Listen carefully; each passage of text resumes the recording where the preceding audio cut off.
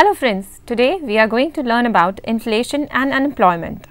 In this lecture, the objective is to understand the meaning of inflation, to know the causes of inflation, to understand the meaning of unemployment, to know the types of unemployment.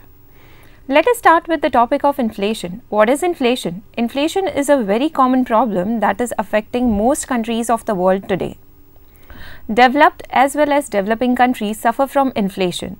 There are many causes of inflation and they also differ from country to country. Each country devises a set of measures to fight inflation. In the current scenario, inflationary tendencies are growing steadily in India, causing the cost of living to rise.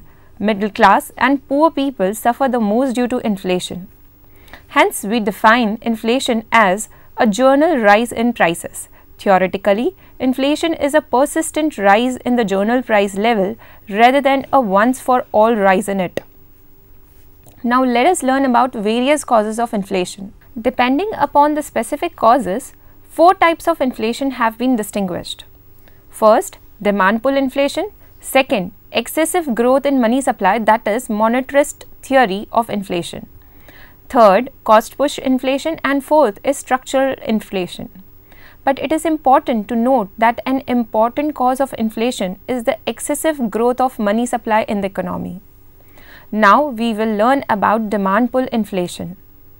Demand pull inflation, where the basic factor at work is the increase in aggregate demand for output either from the government or the entrepreneurs or the households.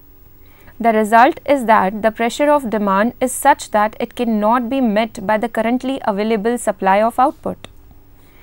Keynes explained that inflation arises when there occurs an inflationary gap, which is caused by a situation whereby the pressure of aggregate demand for goods and services exceeds the available supply of output. In such a situation, the rise in price level is a natural occurrence. The ordinary functioning of an economy should result in distributing and spending income in such a manner that aggregate demand for output is equivalent to the cost of producing total output, including profits and taxes. The aggregate demand increases when all the 3 sectors, that is government, the entrepreneur and the households, try to secure a larger part of output.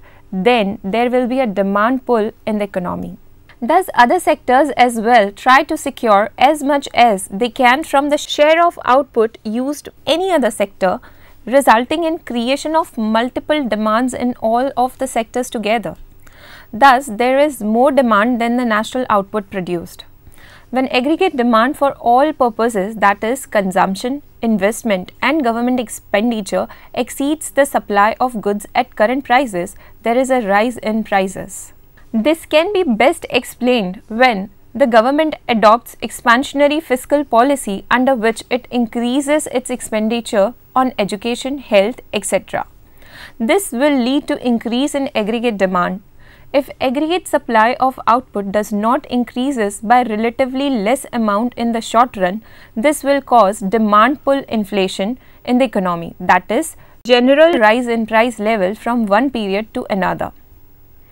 If the government is insistent on securing additional resources, it will get them in one way or another, by issuing currency or by borrowing the central bank or from commercial banks. If other sectors, particularly the active sectors, are willing to contract their investment or consumption by the amount of these additional resources used by the government, an inflationary process will be initiated. Keynes' notion of inflationary gap represented excess of aggregate demand over full employment output. This inflationary gap, according to him, leads to rise in prices. Thus, Keynes explained inflation in terms of demand pull forces, since beyond full employment level of aggregate supply output cannot increase in demand. This results in rise in prices under the pressure of excess demand.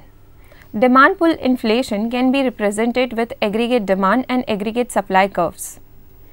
Considering the figures in which aggregate demand and aggregate supply are measured along the x-axis and general price level along the y-axis, Curve AS represents aggregate supply which rises upward in the beginning, but when full employment level OYF is reached, curve AS takes a vertical shape.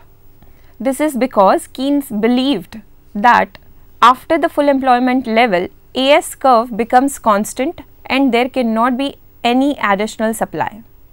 Thus, below AD3, economy operates at below full employment, and at AD3, economy achieves full employment level. Hence, supply curve becomes vertical straight line. In the figure, when aggregate demand increases from AD1 to AD2, a journal increase in the price level is observed, hence proving that as the demand increases, journal price level is pulled up.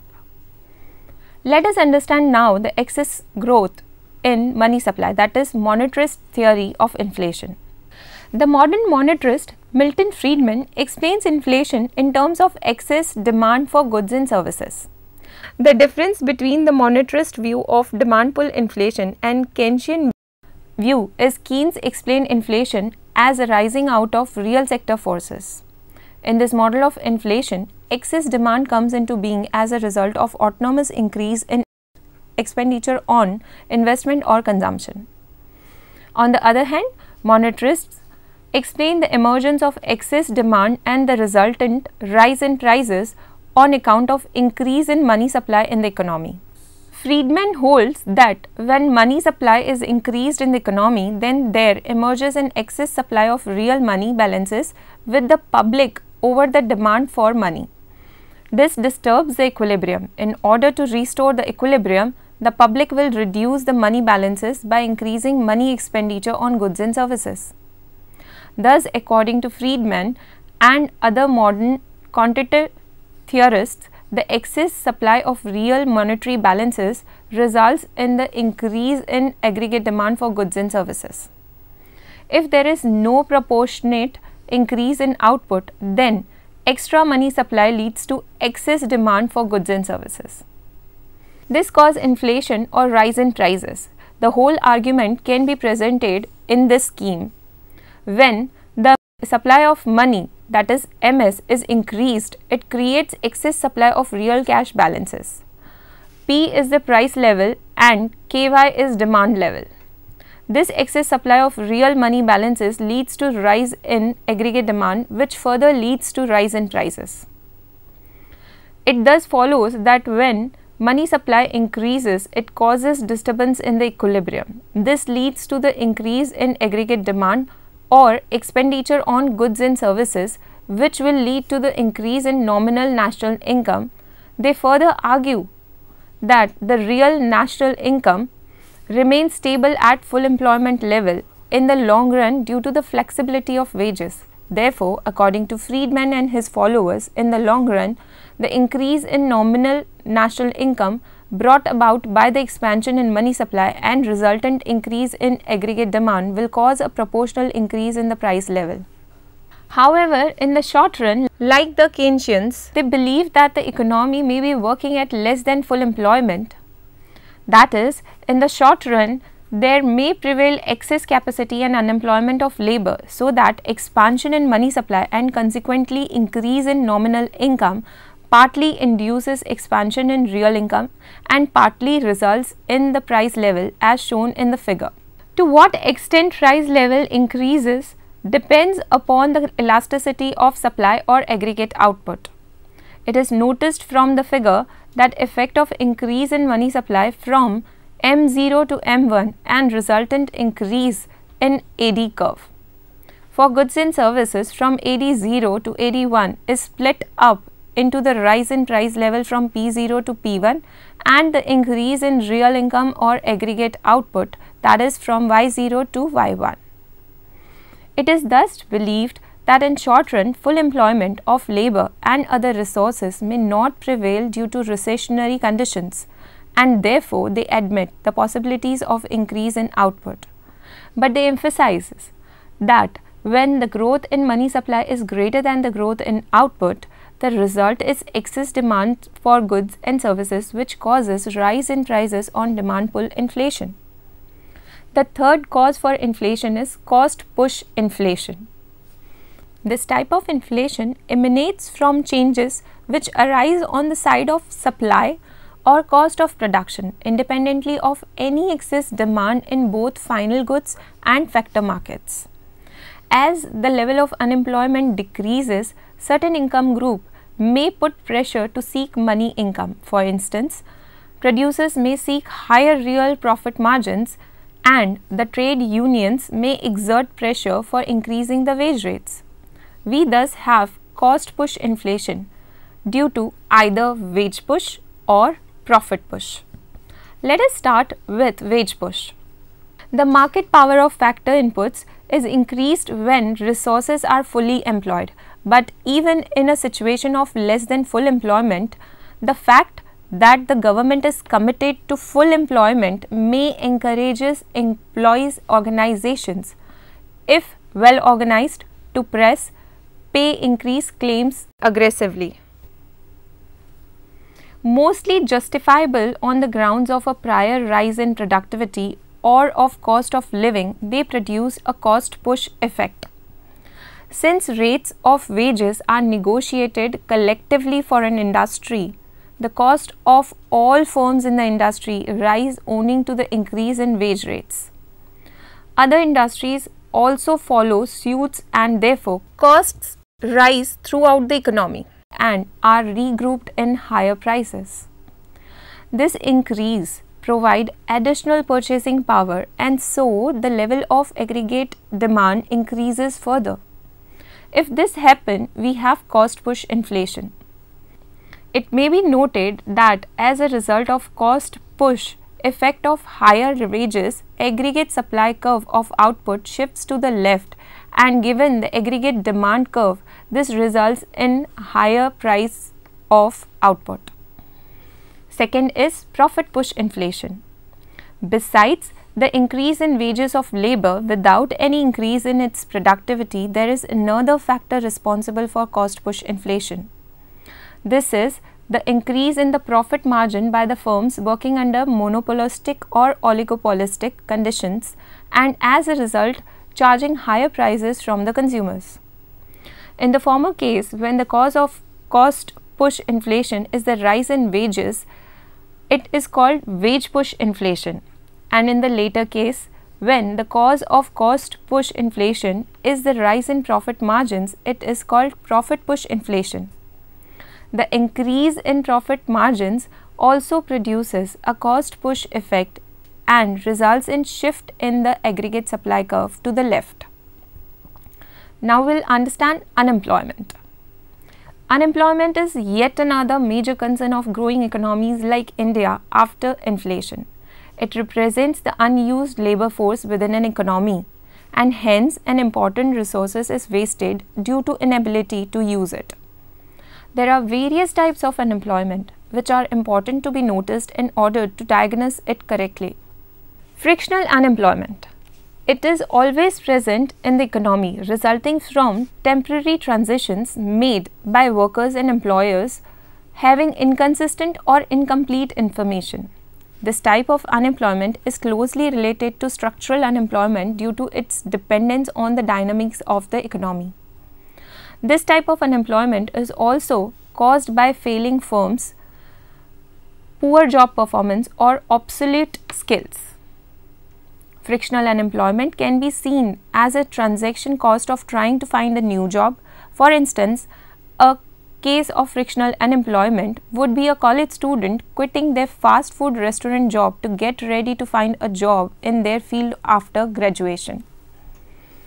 Unlike structural unemployment, this process would not be long due to skills the fresh college graduate has to offer a potential firm. Second is seasonal unemployment. It is a working agreement where the worker is employed for a certain part of the year. However, after that time of the year has passed, then the worker is left unemployed. For example, summer tourism jobs, beach lifeguards, peasant farmers. Furthermore, people who are also construction workers who only work when house buildings jobs are available. Then comes disguised unemployment. If a person does not contribute anything in the production process, or in other words, if he can be removed from the work without affecting the productivity adversely, he will be treated as disguised unemployed. The marginal productivity of such unemployed person is zero. Agriculture sectors of underdeveloped or developing economies possess this type of unemployment at a large scale. Technological unemployment. It is when there is a lack of jobs or when people lose their jobs due to technological changes. People are replaced by capital goods and machinery because sometimes it makes the job easier and also quicker. Furthermore, it also makes the cost of labor and productivity less expensive, which would make the firms earn more profit. This could potentially cause deflation because the prices would have fallen due to the increase of supply. Due to the change in technology, the productivity rate has increased, but the employment rate is decreasing.